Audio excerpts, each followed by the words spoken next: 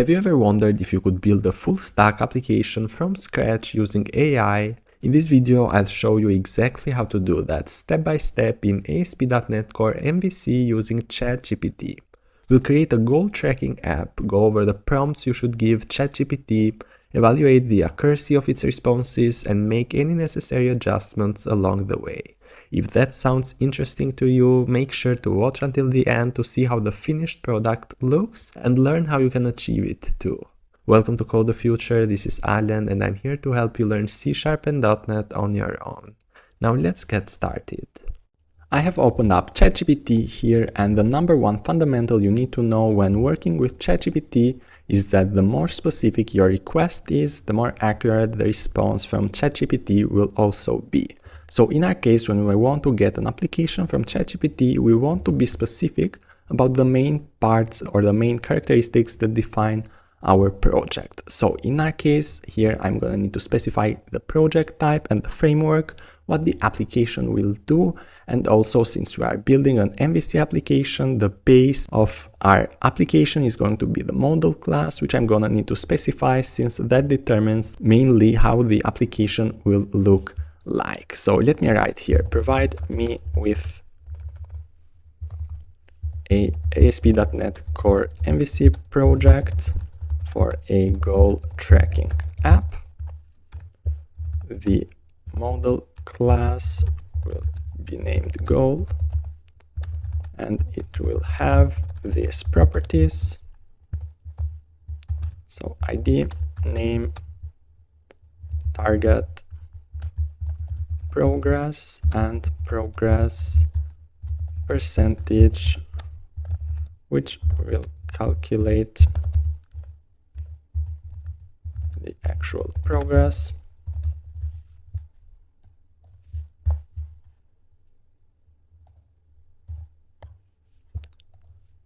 Okay, the app should be a simple CRUD app, and in the index view page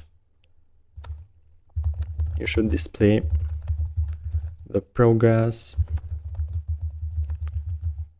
with the progress bar. Use Bootstrap only. I'm specifying Bootstrap here for the display so that it doesn't get complicated with any library or with CSS, let's say. So that's the request we're giving ChatGPT, and let's see what it gives us back. So it starts with setting up the project, installing the Entity Framework Core package, defining the model here, which we're going to look in a bit, and then configuring the context, configuring the connection string in our app settings.json file, configuring the service for the context here, and then it creates the goals controller with the CRUD operations for us. This is still processing.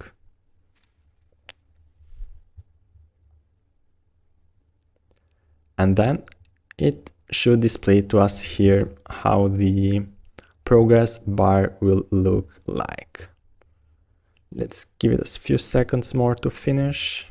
It's giving us the other view models as well.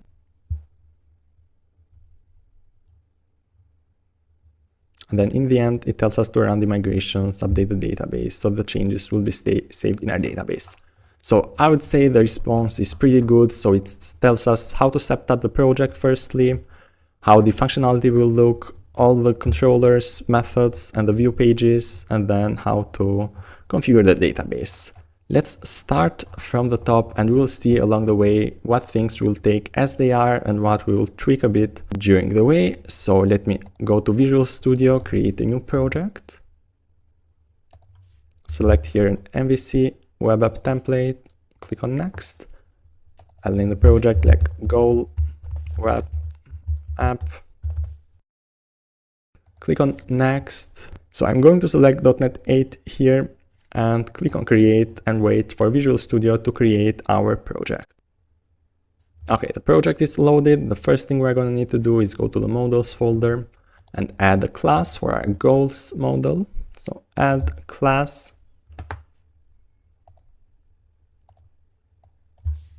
goal.cs and wait for it to load. And I'm going to ChatGPT again to get the model here. I'm just gonna copy this here, the properties, paste them here. So the data annotations library should be imported on top. Okay, we start with the int ID property, which is necessary. Then we have the name property set as required, and it has like an initial empty value. Here we have then our two other properties, the target and the progress property, which are given here as an integer. And they have a data annotation here specifying for both the target and the progress property that these values should be at least 0, and they can have up to the maximal value that an integer can have, which basically means that they both should be a positive numbers and they cannot be negative integers. And the last property that we have here, as you can see, has this not mapped data annotation, which means that this property is not going to be stored in our database, but we will use this only so that we will display this information in our view pages. This is the meaning of the not mapped data annotation basically. And here we see that the progress is divided by the target, it's turned into a double and then multiplied by 100.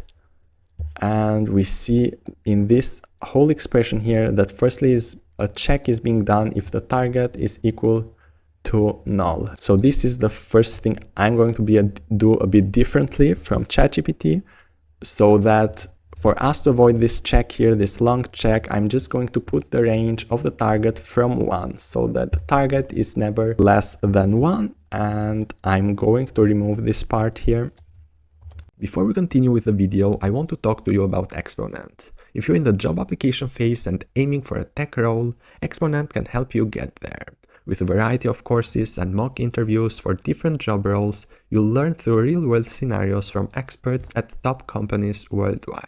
With over 500,000 users, Exponent might be the missing piece to advance your tech career. I highly recommend checking it out. Just click the link in the description below and use the code CODEFUTURE20 for a 20% discount on their monthly and yearly memberships. Now let's get back to the video. As we saw in the response here, we need to set up the database by configuring the contacts, the app settings.json file with the connection string, and the service in our program.cs file. What I'm going to do is when we use a scaffolder for the controller, it has the option to create itself the context and also write the service in the program.cs file, which we will just see right now. So if you click on the controller, click on add, click on controller, MVC controller with views using entity framework. Click on add. Here we specify the model, which was the goal. And then since I haven't created a context myself, I could do it, but for it to be simpler and faster, I'm just gonna click here on create a context, leave the name as it is, click on add. So the scaffolder will create the context itself.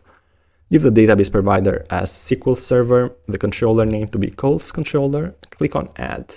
Now the scaffolder will create the controller with all of the CRUD action methods that we are going to need, and a view folder with all of these CRUD view pages will also be created. So this is the fast way. If you want to know actually how each of these action methods or the CRUD operations work, I have a video which you should find the link on the card on the screen or in the description, where I explain step by step how the CRUD operations work. As you can see, in the meantime, the goals controller is created with all of these action methods to perform the main CRUD operations.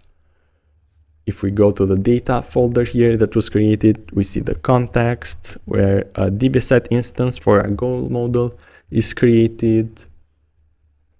In app settings.json, we have a connection string specified, but we are going to need to create a database instance to connect it with our project and then substitute the value of its connection string with what we have here.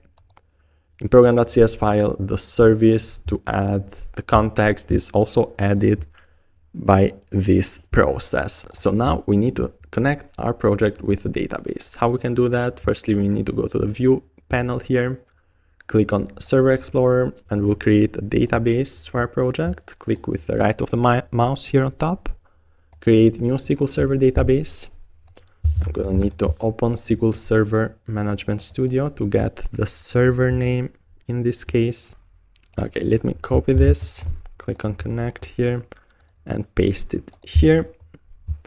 I'm gonna need to specify here to encryption to set it to false. Trust server certificate. This just means that we're not specifying a password to connect our project with the database. Let's give it a name like goal app data or something. The database instance is being created on our SQL server. And here on the properties window, we should see the connection string. The connection string is just the physical location of the database that we just created. And so that the project knows where this is, we need to specify this connection string in the app settings.json file. Okay, we have our connection string here specified.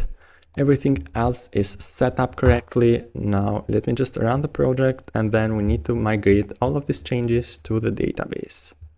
Okay, build succeeded, the app loaded here. I'm just gonna go to Package Manager console to add all of the changes that we made to our database. So I'm writing here the command add migration and the name of the migration, which is going to be initial migration. You can give it a name of your choice here. The migration is just a class, a C# class that represents how our database schema will look like.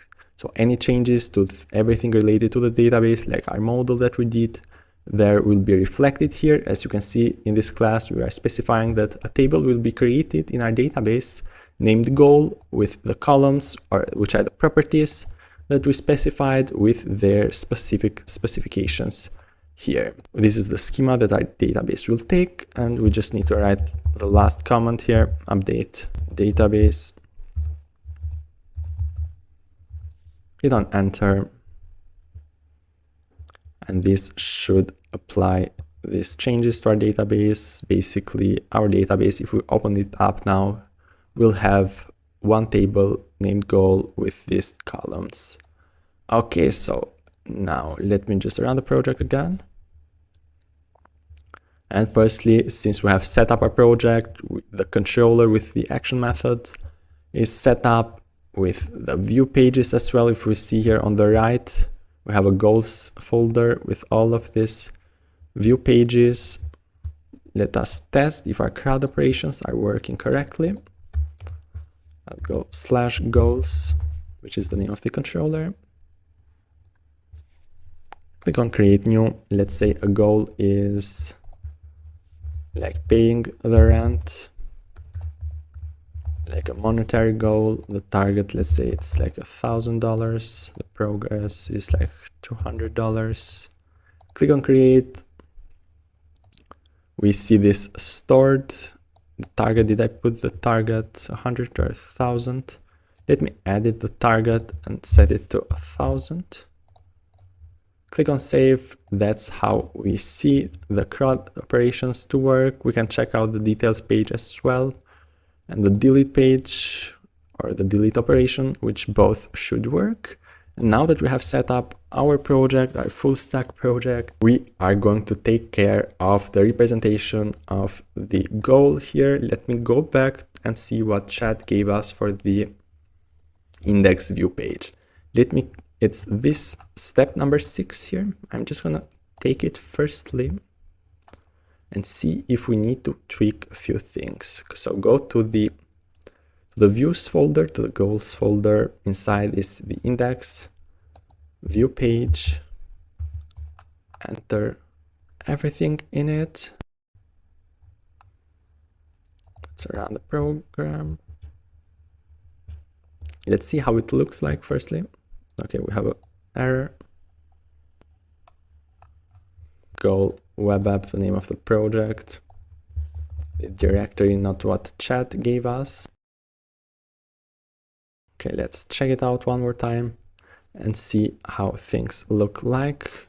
Okay, the representation here is a bit messed up. The first thing I'm gonna ask the chat is to change it a little bit and not display it in a table. I'm gonna make the request here so that the color of the progress bar also gets changed, since in our case here, chat only takes care of the width of the progress bar depending on the progress percentage.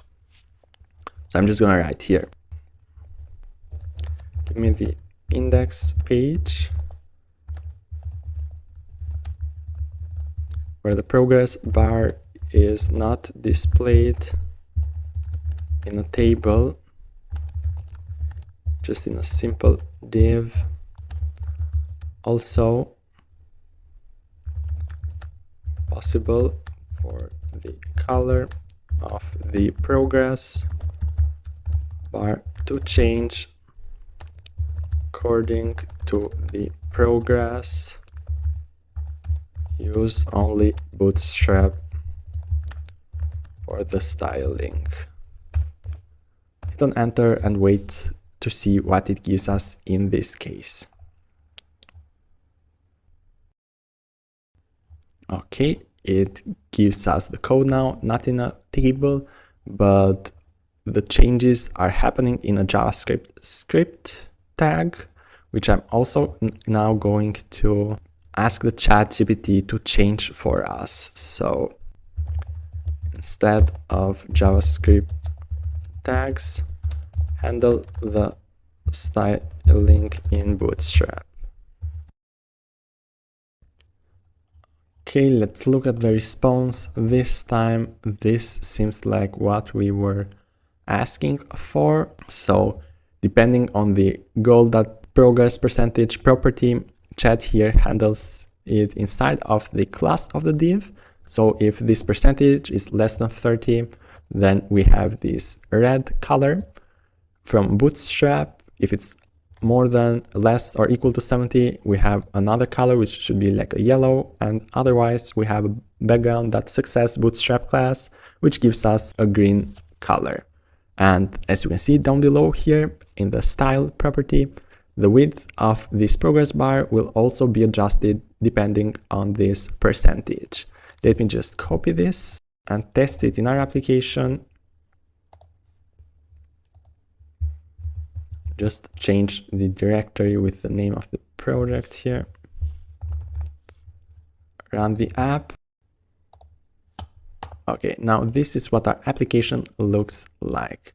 Okay, the progress, we see this progress bar here. The progress is 20% and it has this red color. It seems like the percentage is not showing up correctly here. So we could actually just use the percentage afterwards, or use a toString method actually to format it correctly. Let me hot reload the app. Now it looks a bit better. So if I try and edit the progress here to, let's say, to 700, which will be 70%, we should see this other color. So the progress bar now has 70% of the space of the whole progress bar. The color changes and we see the percentage here as well. If I make it, I think, how much was it here? Over 75, it should be like, it should be green, and this is also adjusted, the width is adjusted, the color and the percentage is shown here. So that's how you can build a simple full stack app with AI. In my opinion, this is a great tool to help you get a lot of code written for you, and even add extra features to your app like this progress bar that can be reused in different projects. However, if you're just starting out, building projects like this may not be the best choice, because you need to be able to spot any errors ChatGPT might make and understand the overall structure of the app and how things work. If you're at this stage, I'd recommend using AI as a learning tool rather than jumping into full projects. projects. I actually have a video that teaches you how to use ChatGPT to learn coding from scratch, which you should see on the screen. So if that sounds like a better fit, go ahead and click on it. Don't forget to hit the like and subscribe buttons for more content like this, and I'll see you in the next one.